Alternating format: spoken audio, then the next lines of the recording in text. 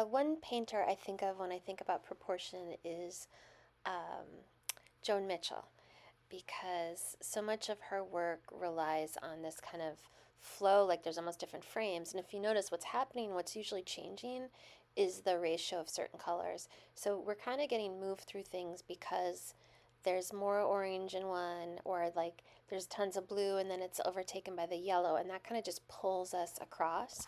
And there's so many things about color, like has different weights to it, and it feels different, and it emerges if it's warm, it recedes if it's cool, all of that. And by manipulating how much of each color you're using, you can really play with the power of the piece. And proportion is just one of the things to think about when you're thinking about color contrast. It's a great way to do a contrast. Like sometimes it's more interesting to have a lot of black, and other times it's more interesting to have a little bit of black. And it's kind of something that you learn to judge as you're going along. This is something that Joseph Albers talked about a lot in his color theory. Look at all the variations here, and what happens if you do a larger section of blue? What if we flip this and the red was larger? It's going to create all different sorts of energy, different sensations of moving into these boxes or coming out of the boxes. Klimt had a lot of fun with proportion. Like look at this, look at the canopy of trees is like 90%, or the field is like 90% of the painting. He really played with it, and as a result, it's like these overwhelming sense of it twists our sense of space, but it also has like, look at the serenity of all that beautiful cool water, and look at that house, how nestled it feels in there, surrounded by all of those green. So yeah, he really played in his landscapes with proportion, and they're just amazing, and such a good representation of how you can reconsider the way you might traditionally approach laying out a piece. Mark Rothko obviously was all about proportion. The feeling of what happens if you have a bigger section of orange on the top, and how it kind of feels like it's smushing down that blue on the bottom.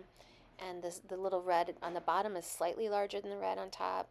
And so a Rothko was really about not just saturation and value, but this sense of what happens if you change the proportion. A contemporary painter is Becky Kolsrud, which I always think of her.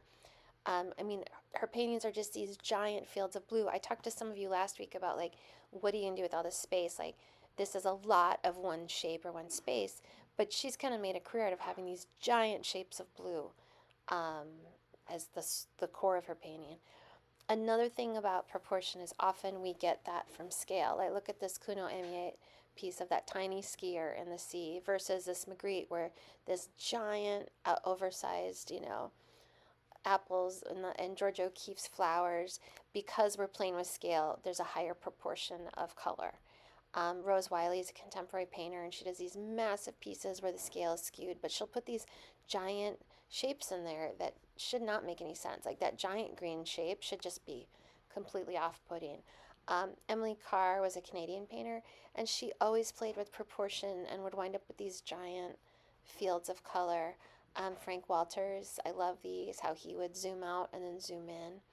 So what we're going to do tomorrow is, if you would like to explore proportion on a small painting before you return to your piece that you're working on, your larger piece, we're going to play with objects if you want, and flowers, which I have, and see if you can play with proportion of color. Okay, bye.